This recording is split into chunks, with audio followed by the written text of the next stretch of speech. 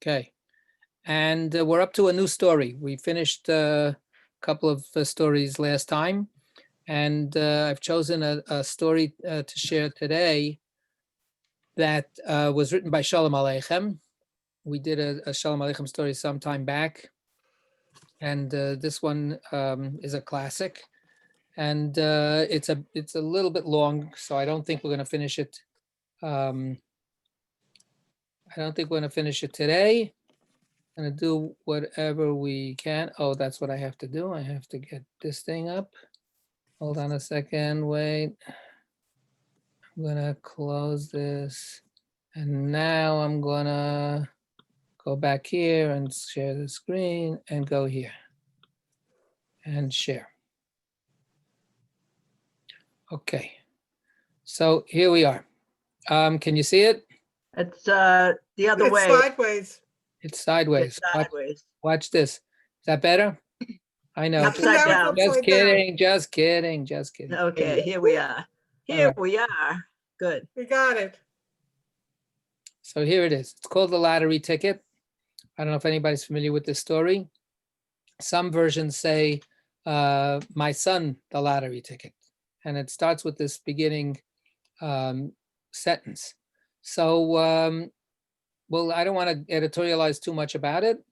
As you can see, the word Hanukkah is going to be coming up. There's a little bit, when we get through it, we'll talk about it. So there's not that much here and there. I'll maybe make a comment, but this is not like one of those medieval or ancient rabbinic stories where you need a lot of extra fill-in. Let's see the story. Let's let the story speak for itself. So who'd like to? I'll read. I haven't read it. Okay, can you see it? Wait, I'm going to make it even one more time bigger. There. Oops, whoops. Okay. Biomchik, that boy of mine, is a regular lottery ticket. That is the way Israel, the shamus at the old synagogue, described his young son Benjamin, who was known in our town as a promising lad when he was still a pupil in Yerach Miel Moshe's cheder. Yerach Miel Moshe could not praise him highly enough. Your youngster, he said to Yisrael the shamus one morning in the synagogue, is one of the best boys I have. He is a hard worker, a very hard worker. And the understanding he has, the memory, the Yerach Miel Moshe sang out with such enthusiasm that Yisrael the shamus glowed with pride. Whoops, what happened here? May God grant you health and fortune for these words, Yisrael said to the teacher, and helped him put away his tallis and tefillin. This he did out of gratitude for the teacher's praise of his son. For the lessons the boys received, Yisrael paid the same amount that all the other parents did, 2 rubles a quarter, besides the usual presents at Hanukkah and Purim, although Yisrael supported his own family on little more than the Hanukkah and Purim gifts that others gave him. Afterwards, when Beyomchik had gone through all of Yerach Miel Moshe's classes, Yisrael the shamus wanted very much to send him to Eli Meir, the Gemara teacher. But Eli Meir would not take him. In the first place, his school was already full. In the second place, Yisrael could not begin to pay what the well-to-do householders did. So Biomchik did what many other boys do. If they have nothing to pay with, they study by themselves. That's what we have a large synagogue for, with a lot of book stands and candle ends salvaged from memorials for the dead, and books, all the books one needs, Bibles, the tracts and commentaries and whatnot. If a person only wants to, he can study anywhere, even in an attic. Do you know how many great people, scholars of renown, grew up amongst us that way, bent over tiny candle ends in the synagogue? And how many more we might have had by now? Holy men of genius, Talmudists and Kabbalists, we cannot even guess. But something happened in the last 40 or 50 years. A ray of worldly light has stolen into our corner of the earth and has reached even into our very synagogues, even there where the impoverished lads sat with their tomes. There you found them secretly snatching their first taste of secular food some rhetoric as an appetizer, then swallowing or choking over a Russian grammar, with maybe a few chapters of a novel for dessert.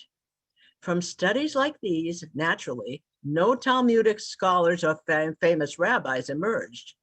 Instead, Jewish youths wandered off into the world and were ruined, became doctors, lawyers, writers of prose and verse, teachers, and plain non-believers. Not a single rabbi who was worth anything. That is, there were a number of rabbis, but what kind? Crown rabbis wished on to us by the Tsar, whether we wanted them or not, as if he had said, "Here is a loaded bomb, hold on to it, but let us proceed." So 1 second, thank you. So far, so good. I just want to make clear for anybody who doesn't know, is not familiar with the term, the idea of a crown rabbi. A crown rabbi was the office that was created by the Russian government to sort of take control over the Jewish community by appointing rabbis from the Russian government rather than letting the Jewish community decide who their rabbis were. And so this was a political appointment. The crown rabbis were puppets of the Russian government, mostly. They were, working for they were civil servants. A little bit, people that may be familiar with the whole struggle in China, the Dalai Lama and the Tibetan Buddhist community ran away mostly, but there is a Buddhist community in China, and the Chinese government decides who the Lama is and controls the religious life there. So this was the attempt of the Tsar to stifle and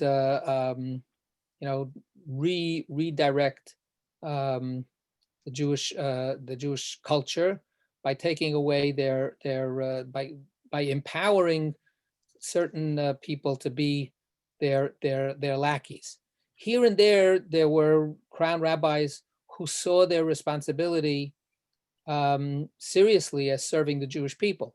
So none of them were considered really great scholars, and they weren't respected in the traditional community as rabbis to go to, but they were understood to have some power and some influence with the government.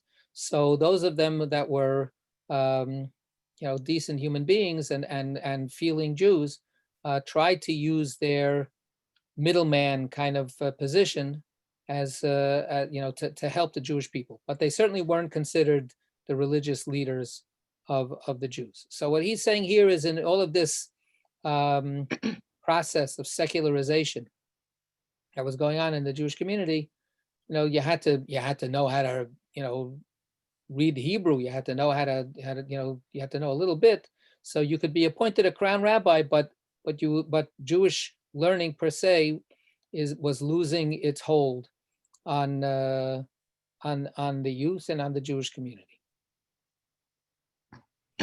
The other thing, just to point out the obvious, this is actually an accurate portrayal of the vast majority of the vast majority of people in the Jewish community.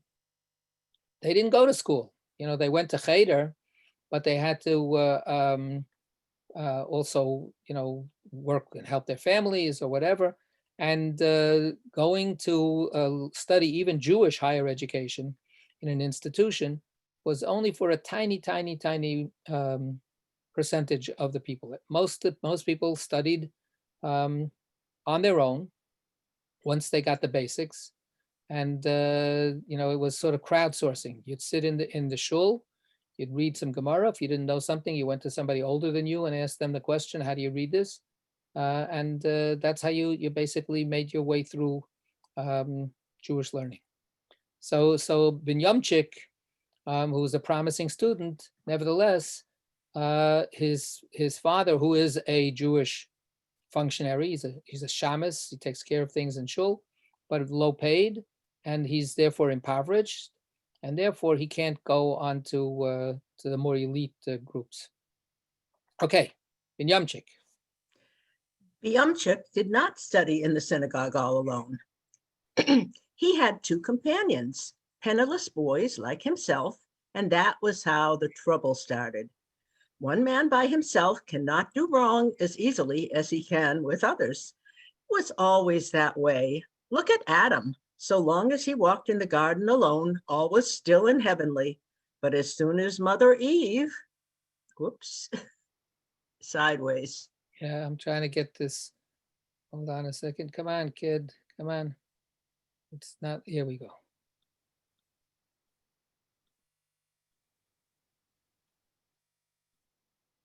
Why is it not going the way I want it to go? You may have to zoom out and do it one page at a time. Well, that's what I was trying to do here, but This is the wrong page, I think. It tends to like advance a page when you do that. I see. It's Okay, so weird. bear with me for a second, please.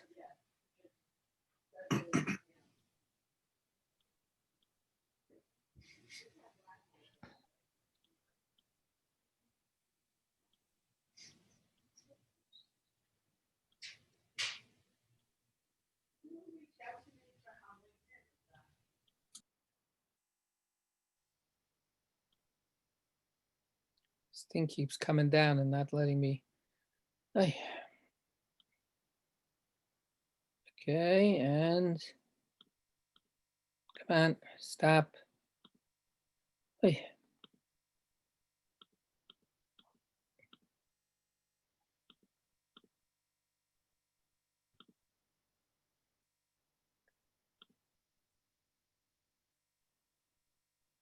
Okay, yay. Now click save so you Yeah. don't have to do this again. I enjoyed it. As soon as Mother Eve, Wait, here I come. Right, so as soon as Mother Eve as appeared, soon as Mother Eve appeared, all was changed. She talked him into eating of the fruit of the tree of knowledge, and who knows what more she would have not have done if they had not been driven out in time. It was the same with Benjamin. If Benjamin had sat alone in the synagogue, all would have been well. But he studied together with these comrades, boys as naked and barefoot and hungry and thirsty as himself. And together they longed for the large, bright world, the world of wisdom and knowledge. They sat at the table, bent over the yellow pages, but their thoughts were far away, among the great of the earth, among the learned ones, the fortunate ones. It pulled and dragged at them like a magnet, this outside world. So was it strange that one Saturday night, three boys left their study tables in the synagogue, Itzik, Yussel, and Biumchik, and disappeared. They were hunted everywhere. Where did I go? Here we go. All over town, in every corner and hole, but they were gone without a trace. Well, the other two lads, Itzik and Yussel, were waifs, orphans without father or mother. Whom did they run away from? But Biumchik, Yisrael the Shamus turned the town upside down, searched everywhere, and calmed down only on the following day when a letter came from the three boys asking everybody not to worry. They were, bless the Lord, safe and sound. They had become aware, that is how they wrote, that here in the synagogue there was no future for them, and therefore they had gone off to attend a seminary, a yeshiva in Vilna or Voloshin or Mir. They had cleverly listed all three seminaries so no one should know where to go and look for them. But all that was unnecessary. No one ran after them. The town itself was in fact happy about it.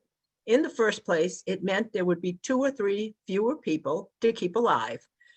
You could not let them starve to death. And in the second place, it was such a fine thing to see poor boys who wanted to become educated.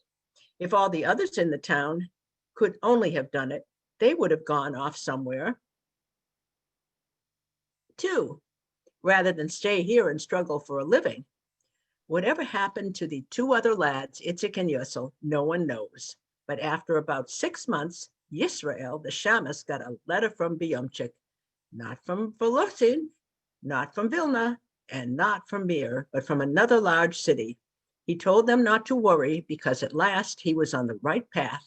Someday he would amount to something, if only with the help of God he succeeded in passing his examinations to enter the gymnasium. Okay, so wanted- the gymnasium is the high school, right? Not a gym to do exercise.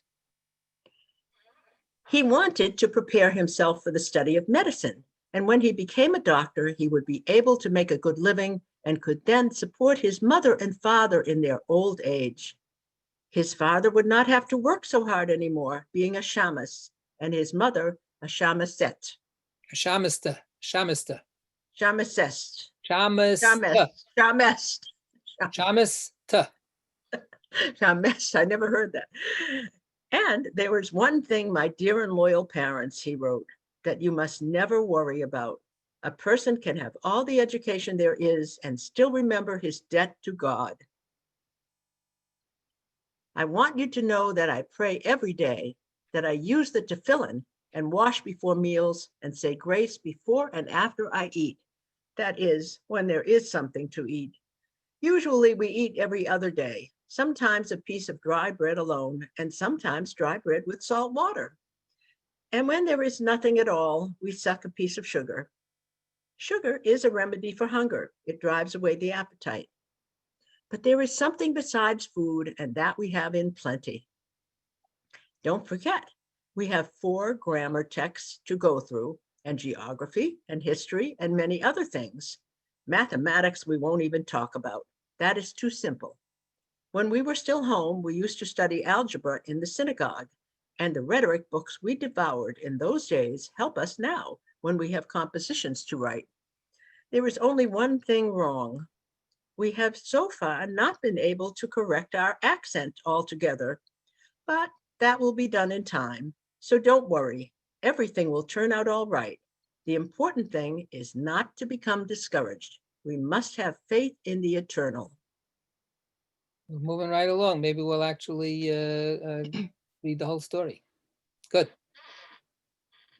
When Yisrael the Shamus received this letter, he went at once to Yerachmiel Moshe, the Melamed, an old colleague, an honest man, and a confidant. Do me a favor, he said. Read this letter through and answer it. I could have written to him myself, but I am sure you can do it better. Yerachmiel Moshe, the Melamed, knew very well that the Shamus was telling a big lie, but you can't make it appear that you know. So he took out his glasses and put them on his nose. A strange pair of glasses, held together by a piece of wire and 2 pieces of string. Lenses, there were none. One frame was covered with a circular piece of tin, and the other was empty, just a hole.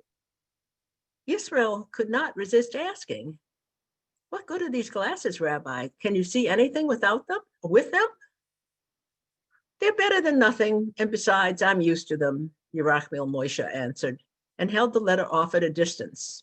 One eye, the one behind the tin, closed, and with the other he read like water going over a dam, in a loud, clear voice, stopping every so often to look at Yisrael as if to say, how is that for reading? And Yisrael stood by, his head a little to one side, beaming with joy, as if to say, and the letter itself, how is that for writing? And when Yerachmiel Moshe took off his glasses and gave him the letter back again, Yisrael asked, well, Rabbi, what do you think of it? What can I tell you? It's good. It's very good. He says that he prays every day, with his tefillin too. May it be no worse in the future. What I meant was that he is growing up. My Benyamchik is becoming something, said Yisrael. At the tip of his tongue were other words, but he was afraid to use them, words like gymnasium, examinations, and finally, doctor itself. So he said, I'm wondering what to think about it. You said that he was studying to be a doctor. What do you think of that? What is your opinion, Rabbi? You're a man of experience.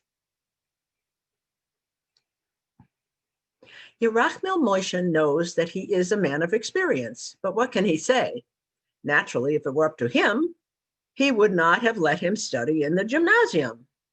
What does a man like Yisrael want to have a son in the gymnasium for? And studying to be a doctor? But he wants advice. Yerachmiel Moshe looked with glazed eyes at the wall and sighs. The Shamus understands what the sigh means. He feels a little like that himself. He is not too well pleased with the gymnasium. If it were only a yeshiva. And yet, there was the other side too. His son, Biyamchik, a doctor?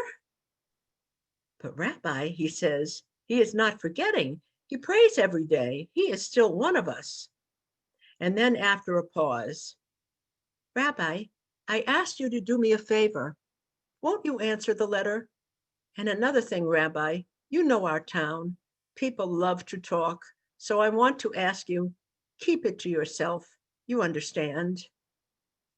I understand. Of course I understand, said Yerachmiel Moshe.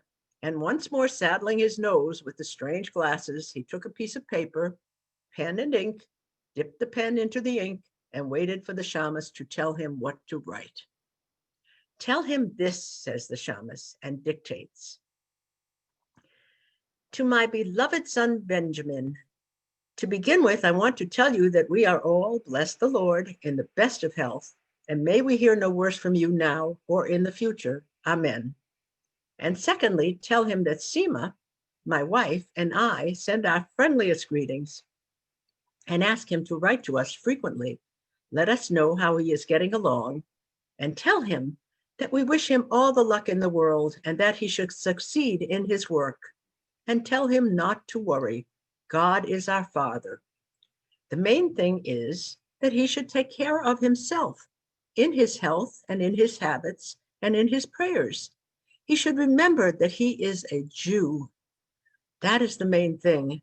And tell him that I am sending him a ruble. A ruble I'm sending him. Here the Shamus feels to all his pockets. And tell him I would have sent more if I had it. But right now, conditions are very bad. I am not earning a thing.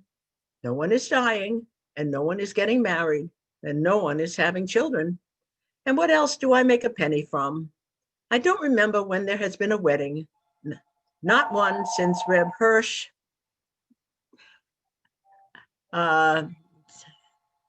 married off his younger daughter.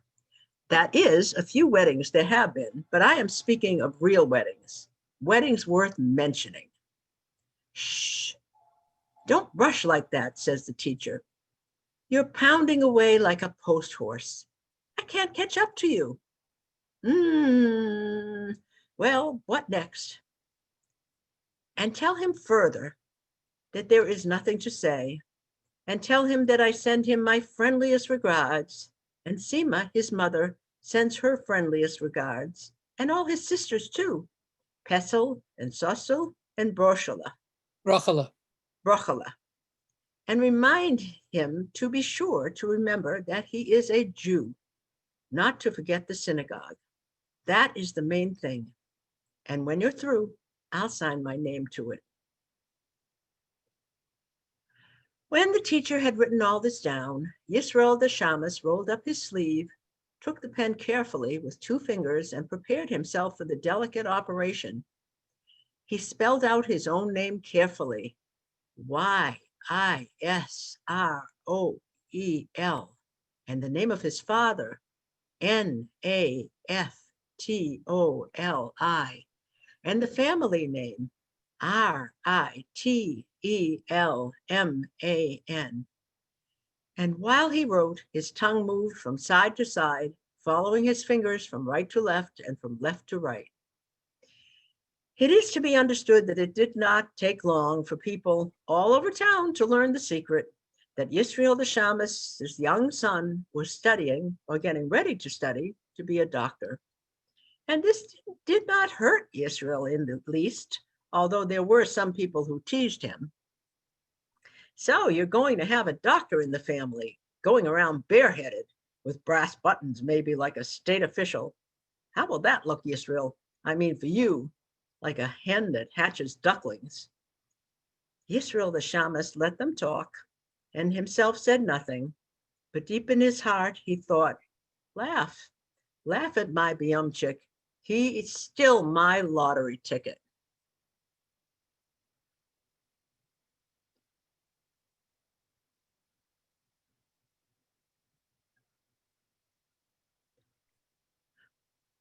One day it was Passover Eve. Sima, the Shamist, and her three daughters, Shamista. There you go. and her three daughters, Pesel, Sosel, and Brochala, were cleaning up for the holiday when the door opened, and in came a striking young man in a coat with white buttons and an odd-looking cap on his head. He fell on Sima's neck and then on the three girls, hugging and kissing and squeezing them. The young man was Benjamin. Sima was so happy she burst out crying, and Yisrael hurried in, frightened and out of breath. He shouted at his wife, "Stop crying, will you? Look how upset she is. Do you know what you're crying about?" But when he himself had looked the boy over and seen how much he had grown and changed, he almost began to cry too. But a man does not do such things. "When did you get here?" he asked his son. "Turn around. Let me see what you look like from the back. What kind of suit is that? Take off your coat. Why don't you take off your coat?"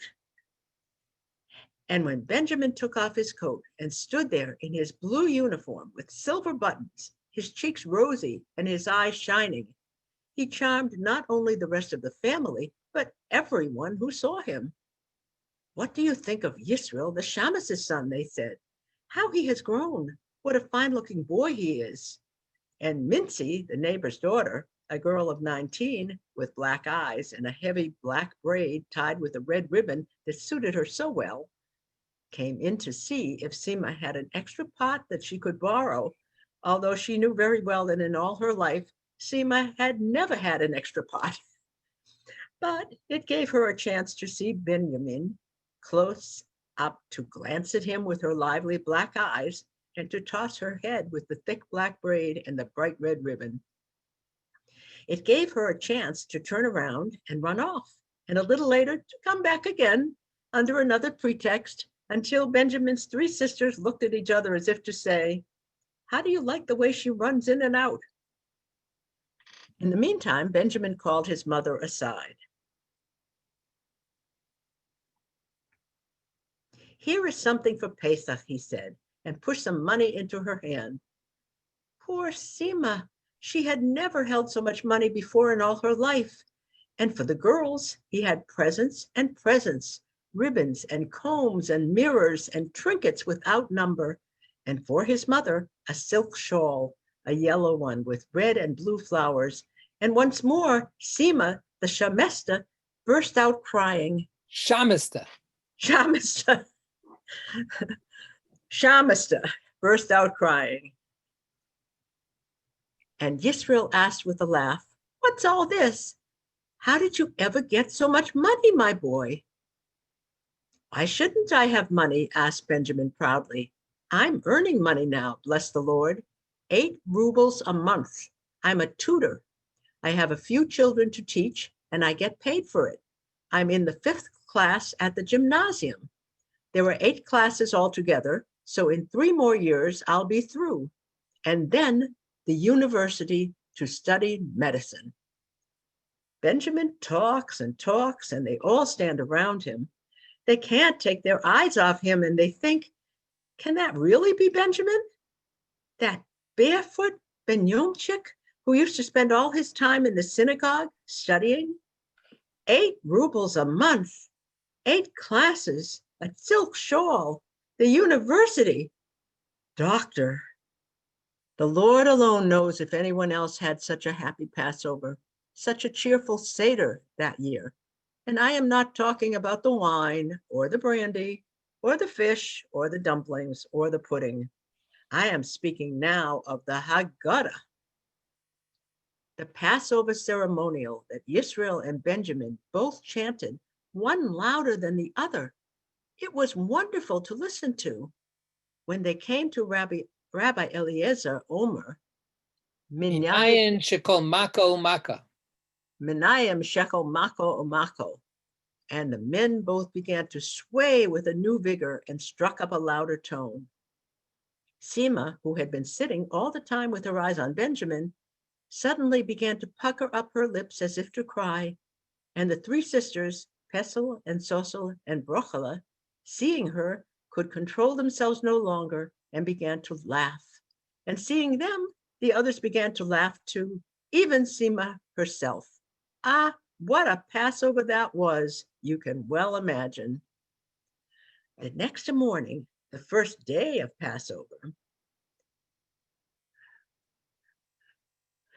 when Benjamin came to the synagogue, everybody gaped at the boy in the student's uniform with the silver buttons, as if he were a strange animal from the jungle. The smallest boys, full of mischief, crowded around him and pointed at him with their fingers and laughed right in his face. But Benjamin stood all the time with his small prayer book in his hand and prayed. And when he was called up to the Torah, Reb Monish, the Gabbai, arranged it in order to please Yisrael. And Benjamin recited the benediction in a loud, clear tone with an accent and an emphasis that one saved for the holidays. The whole synagogue was agog with wonder. What do you think about Yisrael's young scholar?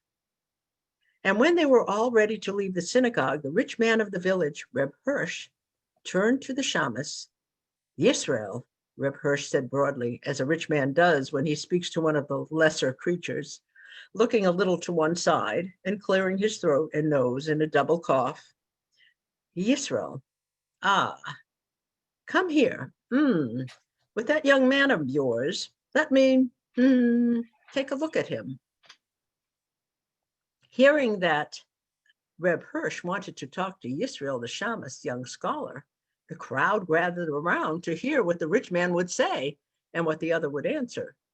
Benjamin approached Reb Hirsch as if he were an equal, not at all self-consciously, greeted him like an acquaintance of old, and Reb Hirsch looked him over from head to foot, not quite knowing how to start. Should he address him in the respectful plural? A child like that? That would be showing too much respect for the son of the Shamus.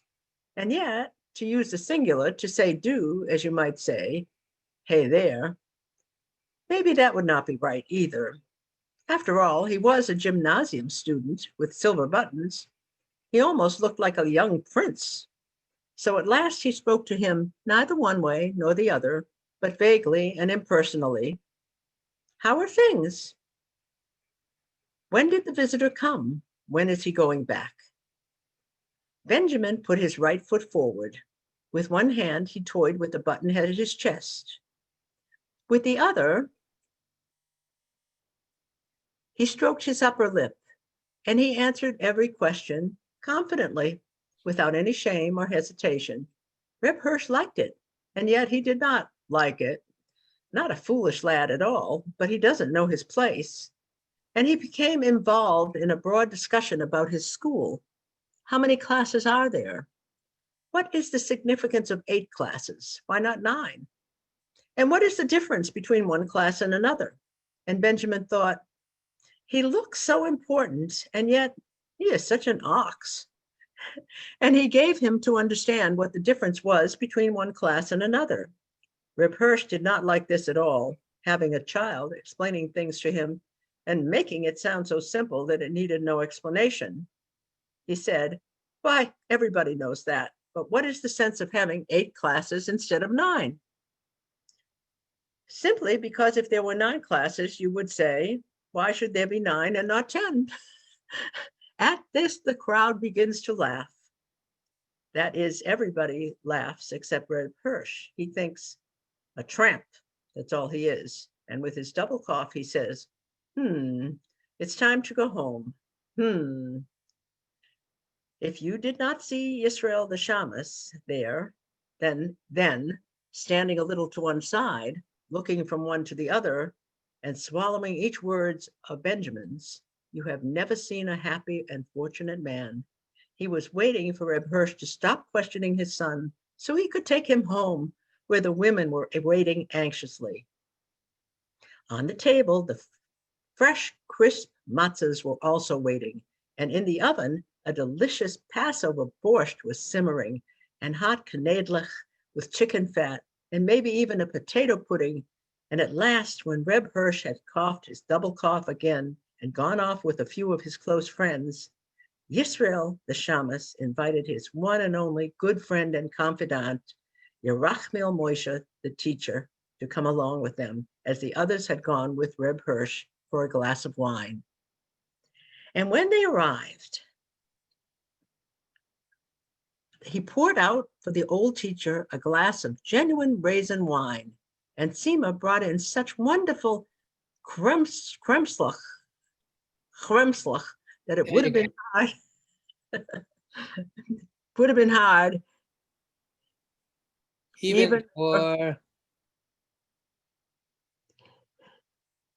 even for an epicure, right? Like an epicure to tell if there was more honey in them or more chicken fat, because they were so sugary and so rich that they stuck to the gums and ran down his beard. Yerachmiel Moshe, a quiet man who rarely said a word, now at the first glass of genuine raisin wine, found his head whirling round and his tongue running loose and wild. He called Benjamin over to him and put him through a quick but thorough examination of the scriptures and commentaries that he had once studied in his cheder. Benjamin remembered not only the scriptures, but the commentaries as well, so thoroughly that Yisrael the Shamus's heart almost burst with pleasure. He followed the teacher out through the door.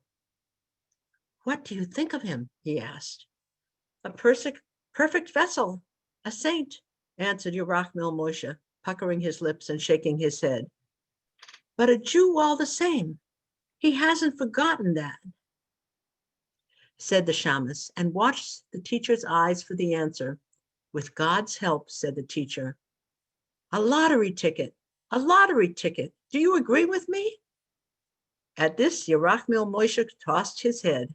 It was hard to tell if it was a nod or a shake, blinked his eyes, and made a gesture with his hands that meant that he thought the boy either was or was not a lottery ticket. "A good day," he cried, and once more kissed the mezuzah.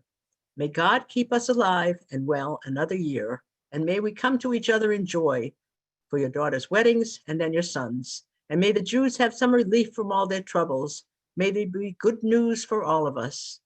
It's time that God had mercy on us, improved our lot, lightened our load, and may all things be good everywhere and cheer in every heart. And Yerachmiel Moshe himself did not know what more he wanted. It seemed as if he had already poured out everything that was on his mind. He stood with his tongue out, unable to say one thing or another. Yet how can a man go away like this without a word of farewell of any kind? Fortunately, he remembered one more thing. "And may the Messiah come soon." "Amen," answers Yisrael the Shamus, and in his heart he thinks, "First let my Benjamin graduate as a doctor, and then let the Messiah come." As cheerful and bright as everything was at Yisrael the Shamus's when Benjamin arrived, so was it dark and gloomy when he went away again. And the 3 years passed, the 3 years before Benjamin could enter the university. It was not an easy time. Yisrael the Shamus experienced one trouble after another at home, and his son Benjamin over there in the city. Many a night, Yisrael could not fall asleep here, and Benjamin, his son, there. Yisrael could not sleep because he kept thinking of the difficult time Benjamin had, of all the hard work he had to do. And Benjamin could not sleep because he was getting ready for his examinations. "If God helps me and I pass my examinations," Benjamin wrote home, "I'll come to see you again, my dear and faithful ones."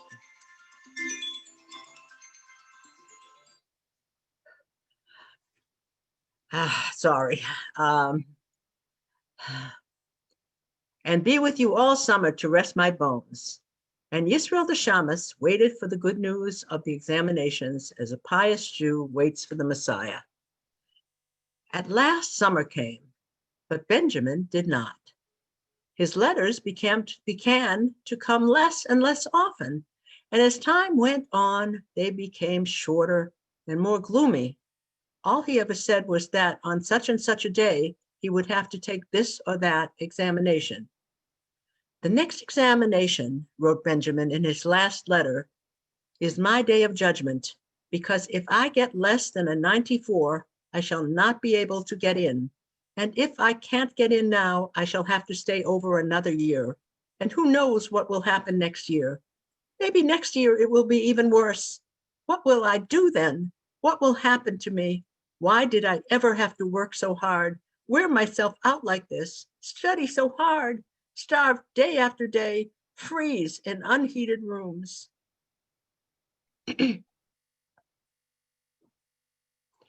And spend so many sleepless nights? I am not the only one to ask these questions. There are many others like me, Jewish boys, who stayed over from last year and can't get in because their average is not quite high enough. I don't know what I shall do. Israel the Shamus went around in a daze. He could not understand why Benjamin's letters suddenly should have become so melancholy. He asked Yerachmiel Moshe to write to Benjamin and ask him what he meant by average and 94. In short, he asked Benjamin to write and explain everything, and not to worry, but rely on the Eternal One, who could do anything. And the main thing still was that he should remember he was a Jew, and if the Lord willed, all would be well. But this letter was never answered, and neither were all the others that Yisrael sent later. But he kept writing and writing until at last, ashamed to come again to Yerachmiel Moshe, he gave up writing. What can be the matter? Sima asked her husband. There has been no letter for such a long time. And she got an answer. What do you expect? Is that all he has to do? Write letters? Wait a little. Let him finish his examinations, whatever they are, and then he'll write. But Yisrael himself went around with a heavy heart and low spirits. He could not find a place to turn. What went through his head during those days may no other father ever know. And his dreams every night were frightful and horrible, with black canopies, black candles, everything black. Have you ever heard of Lemel, the Sarasta? Or this is the first time you have heard his name?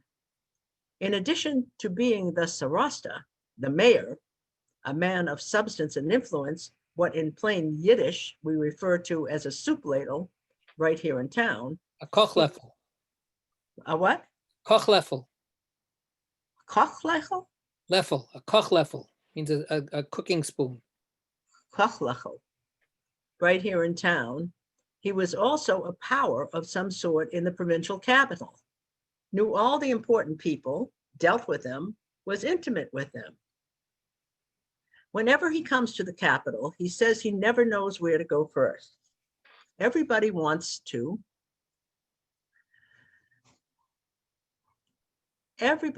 drag him off to himself.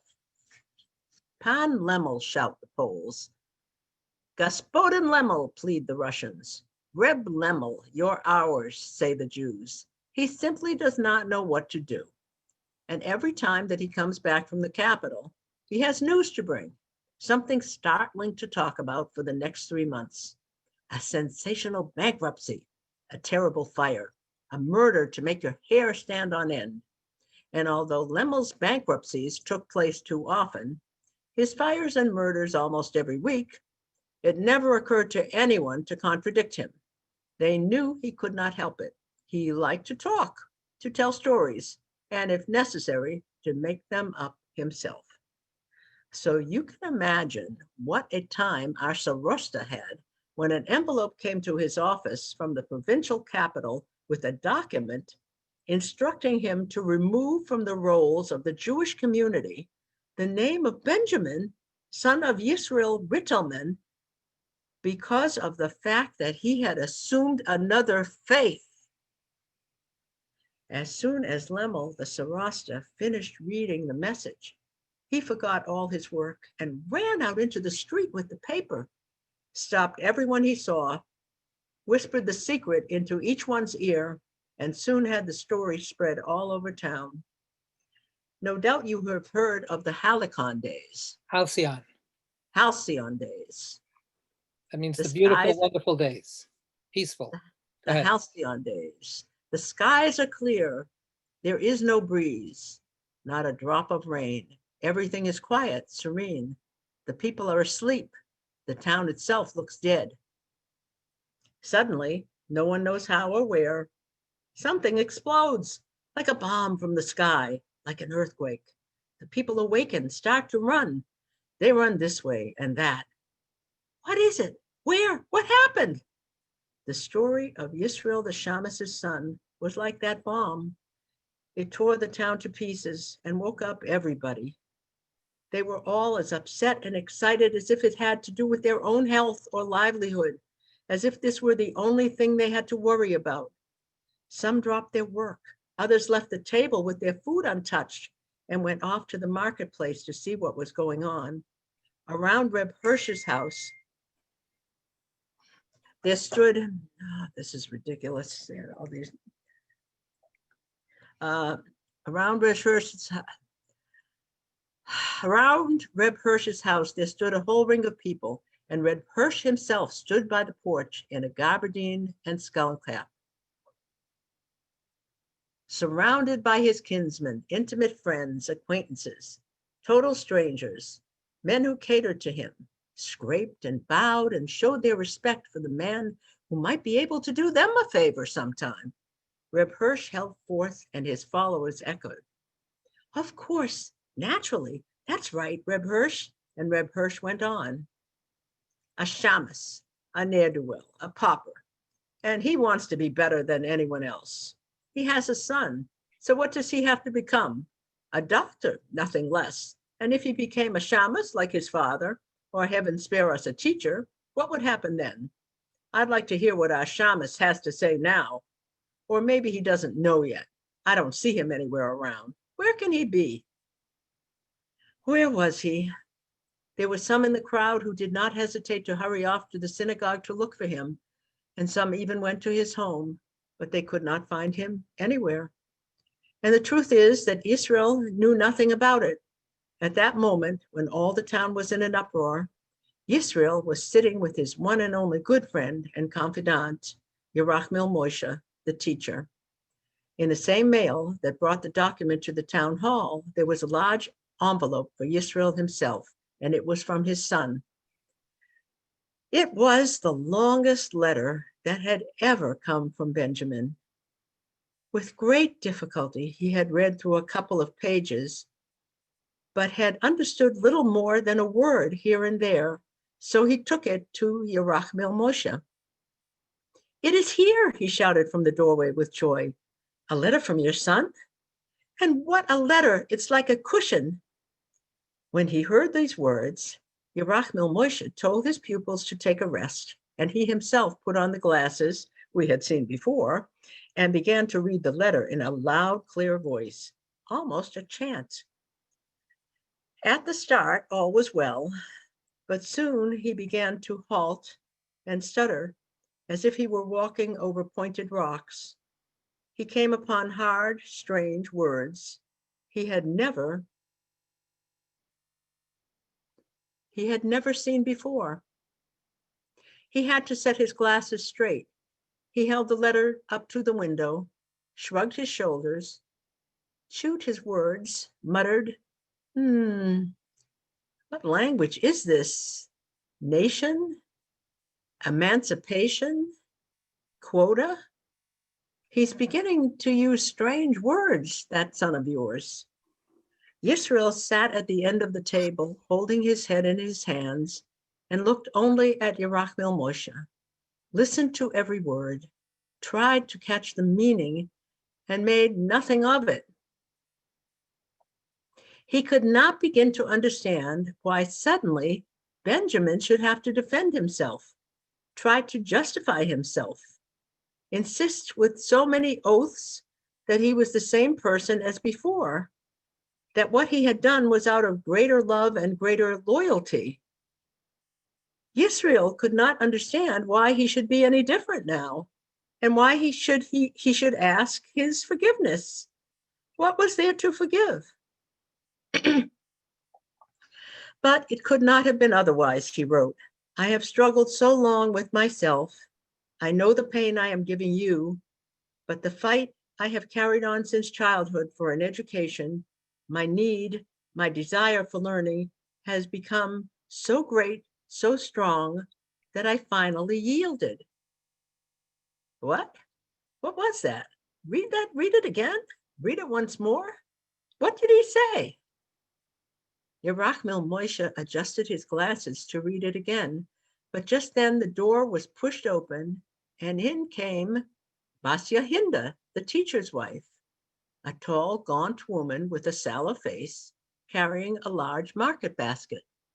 In the basket were all sorts of good things: potatoes and onions, 2 black radishes, a small piece of beef lung that she had barely managed to coax from the butcher, because there are always customers by the hundred who want beef lung.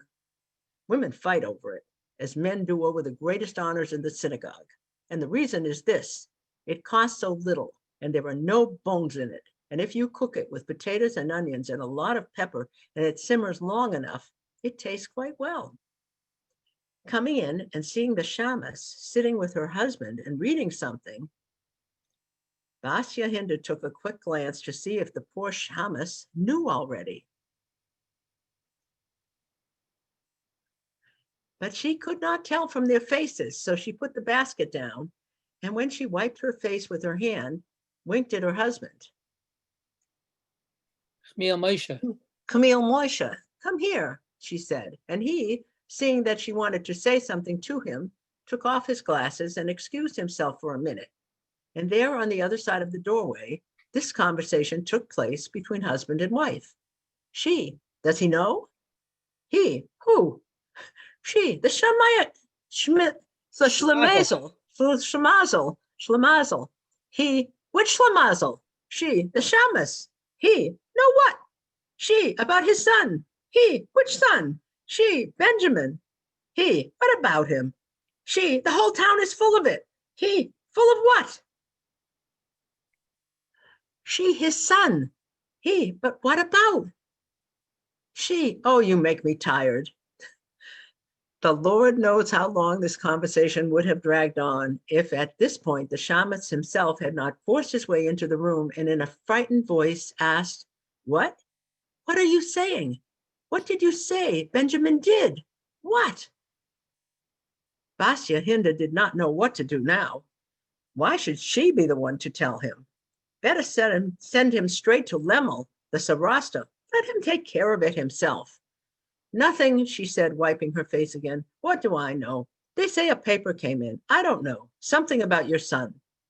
What kind of paper? Something in the town hall. Who has it? The paper. The Sarasta. What is it about? Your Benjamin. Something. What's the matter with Benjamin? He asked, this time angrily. What happened to him? I should know. Ask me. Go over there. Go to Lemel. He's somewhere in the marketplace. He has the paper. Paper? Lemel, the town hall, Benjamin. What did all this mean? Yisrael felt his cheeks grow hot, and he heard a whistling in his ears. He pulled down his cap, bent over double, and stumbled out. There are people who love to watch a person in agony, who stare at him when he weeps, look after him when he follows a corpse at the funeral, stand by when he wrings his hands. I do not care for such scenes. Say what you will, I don't like mournful pictures. My muse does not wear a black veil on her face. My muse is a poor but cheerful one. Where did Yisrael run? Whom did he see? What did he hear? What did he say? Do not ask. It will give you no joy to know. What will you have gained, for instance, when you have learned that there were people who finally lived to have revenge on Yisrael the shamus, who had gone around for so long showing off his lottery ticket? He had it coming, said Reb Hirsch. with his peculiar double cough and stroked his paunch comfortably. It should be a lesson for people. A pauper should be careful how he jumps in your face. A doctor he had to have. Others, it is true, had pity on the shamus. Poor fellow. And you know what that means. My grandfather, Minda, had a saying, look out for people who pity you, and God protect you from those who call you poor fellow. So I won't tell you what Yisrael did or whom he saw, but it was dusk when he turned in at his cottage, looking like a ghost, entering without a word.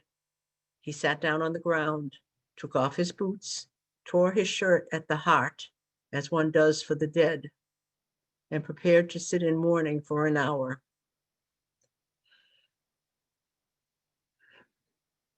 As one does at a time like that.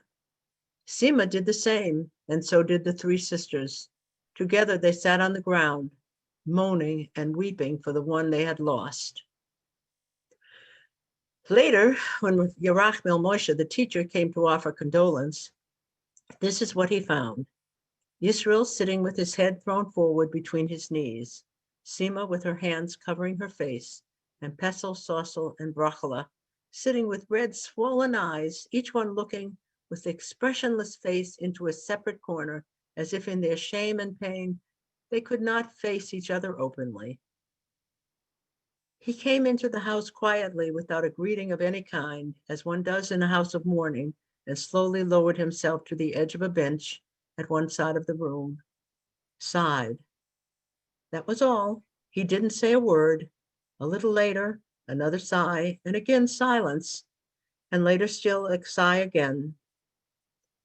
It was only after a while that he looked around and decided that it was not right to sit there and not say a word. He ought to say something to comfort them. But what was there to say? When a family is in mourning because a person has died, you can come to sit with them for a while and say, the Lord giveth and the Lord taketh away, or man is, after all, like a fly, or death, that is something none of us can escape, or vanity of vanities, all of us will die, or other such sayings that cannot make one especially happy, but are still a comfort. If a person says something, gets it off his chest, he feels a trifle better. But what can one say at a time like this, when it is a living person they are mourning for? Yerachmiel Moshe turned a little on his bench with a shy cough, wanted to say something, but the words would not come. He tried a few different times until finally he started again, and it worked. And now he was unable to stop. He did not know where or how to end it. So talk about ending it. We have just another page and a half. Is it okay for people if we spend another couple of minutes and get to the end of the story? Sure. Okay. Yeah. Okay. Here we go. Go ahead. Thank you, Natalie. You're doing great. Well, it's the same story as always. What can you call it? A trial from heaven, from the Lord. For everything is from him. Without him, nothing is done, nothing occurs. Not a finger here on earth is lifted. He is a real master. Let us agree on that. Oh, what a master. And we obey him. How we obey him. So it was decreed that this had to happen exactly as it happened. And here is the proof that if it did not have to happen this way, it would not have happened. But it did happen, so it must have been ordained. If he had wanted something else to happen, it would have happened the other way. It would have. Yerachmiel Moshe began to feel that he did not know what he was saying, so he paused, took a pinch of snuff, lowered his head to one side, and heaved a deep sigh. He told himself that it was time to go, but talking about going is an easy matter. How are you going to do it, though, if you are glued to the bench? There is no visit that is worse than one to a house of mourning. You are supposed to leave without a word of parting, without a sign or a look. But how can you do it? Yerachmiel Moshe sat waiting for a miracle to happen. If only they would doze off a little so he could leave while they slept. Or if something happened outside, a riot, a fire, anything, so he could escape in the excitement. He sat looking around at the ceiling, at the four walls, and then he said to himself, "It is time to think about going. The children will turn the cheder upside down." When the hour was up, Yisrael and his family rose from the floor quietly, without talking, put on their shoes, and crawled off each to his own corner, to his own work. Yisrael rushed through his late afternoon prayers and hurried off to the synagogue to be in time for evening services. After all, he was the shamus. His time was not his own. He had to be where he was needed. Work. That was the only remedy, the means of chasing all worries away, of forgetting all trouble. In the synagogue, a few busybodies came up to him. "What do you hear from your lottery ticket? How is your son getting along?" "A son? Have I got a son?" answered Yisrael with a bitter little smile. And seeing the bitterness and the ache in the smile, the meddlers retreated. All they had to do was look at his face, and they did not want to talk to him anymore about his son. What happened afterwards? What became of Benjamin? Did he write any more letters? And what did he write? And did his father answer him? And if he answered, what did he say? Don't press me with questions. I shall not say a word. I'll tell you only that as far as Yisrael was concerned, there was no Benjamin anymore, anywhere. Benjamin was dead. In the lottery, Yisrael had drawn a blank. Very sad story. Very sad. Yes, thank you for reading it through. What's going on with you in your stomach? I don't even know how to find out. I guess we could take you. Who's got a stomach problem? So Adrian's talking to Elliot, I think. maybe the story turned the stomach a little bit. Anybody else have any comments? I wish it had ended better. There was something in the beginning of the story that about the shamas only being paid at getting gifts at Hanukkah and Pesach that I don't know if it was this story I had heard previously, or I've heard that before. I don't know if it was this type of story, or it's been repeated in other stories. Yeah, I mean, people would help, would pay somebody, whether it's the rabbi or the shamus, at life cycle events, so to speak. That's how they didn't have a salary that they could actually live from. So, and poverty obviously is one of the major features of the life here being described.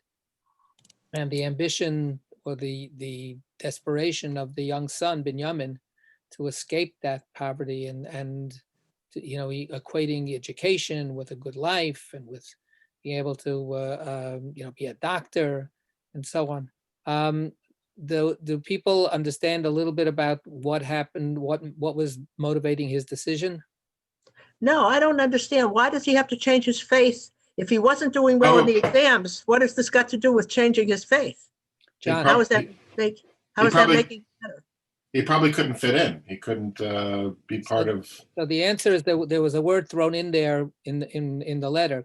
The word is quota. Quota. The fancy word was numerus clausus.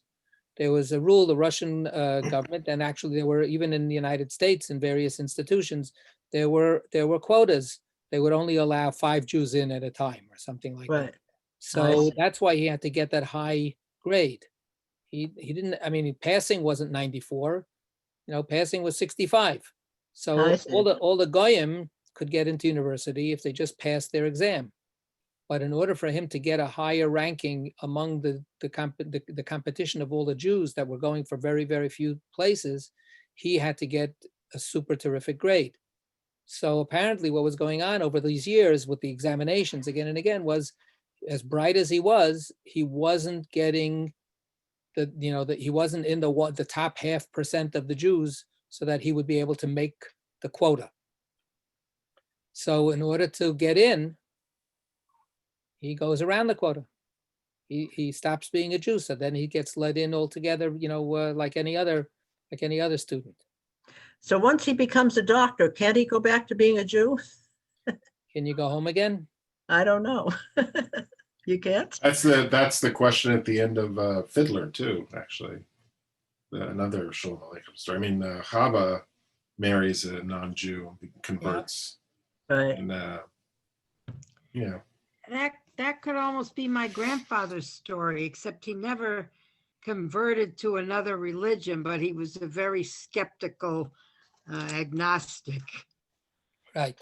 And And- he wanted to be a doctor, and he left the town in Lithuania, went to Germany.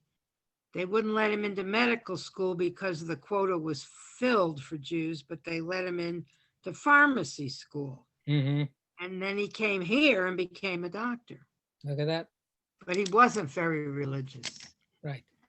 See, So- my uncle was very brilliant, but his books fell when he was in the 8th grade, and when your books fell it was a hurricane or a blizzard in Boston, and the books got ruined, and they couldn't afford to buy more books, so he Wow. dropped out of school. He Oh my became God. a very wealthy businessman and entrepreneur, but he couldn't do it because the name was Goldstein. So he and his 5 brothers changed their name to Goulston, the name of a WASP law firm in Boston that's still here 100 years later, Wow. so that they would not be known as Jews. And then he was able to become successful. Right. But he didn't change his religion. So this is clearly a very, very extreme story. And it reflects a certain reality at a certain time. And, being a skeptic or being maybe, not necessarily the most pious Jew in the world was something as he mentioned early on, they're all going after secular knowledge and they're all, then they're not going to be great rabbis anymore. He bemoans that, but this is like something that is beyond, right? This is abandoning the people altogether. Right, and that's what devastates the father, and there's more things to think about in terms of what was that father's investment in his son. That sense of through his son he was going to somehow have the glorious future, but everything depended on his son, but his son couldn't fulfill his own future. All right. Anyway, this was I thought first of all it's a classic story. It says a lot, and Shalom Aleichem always gets seen as being a happy-go-lucky guy. He says my muse doesn't like the sad stuff, but then he keeps on writing the stuff. Even Fiddler has such a dark part of it. So I thought it was appropriate for this December dilemma. Yeah. Period. My town of Peabody, Massachusetts, not too far removed from that. We had a shamus, and we had some rich people, few rich people who gave, one especially. He wasn't as bad as Reb Hirsch, but I'm sure he looked down on the shamus. And on Yom Kippur, we always had, which I don't know if, I think a lot of the older people remember this, but on Yom Kippur, on Kol Nidre, you had to shout what your donation was. They say your name, and you said you had to say it, what it was. And, it's $25 or $1,000, you had to say it. Right. And it was really very pleasant. Right. I Well, had cousins who, for the high holidays, always went to her parents. And when her parents moved to Florida, they went to their shul. And that's when they found out that this was happening. And they were embarrassed for all the years that they hadn't been there on Kol Nidre, and their name was called out and nobody responded because they went to her parents Yeah. for the high holidays. This story has a very, very, very strong critical element of, against this beloved community, which on the other hand has a lot of flaws. What would have happened if this young promising young boy Binyamin would have been allowed to study Torah, with the Gemara teacher and get the advanced learning? What things have A worked out. scholarship, yeah. Right. So there's a lot of critique going on here, a lot of bitterness, and a Yeah. lot of tragedy and sadness. Okay, Yeah. I'm going to ask if everybody else can leave. I'm piggybacking a meeting with Carol right now. So I'm Okay. going to stop the recording. How Bye. do I leave? Here we go.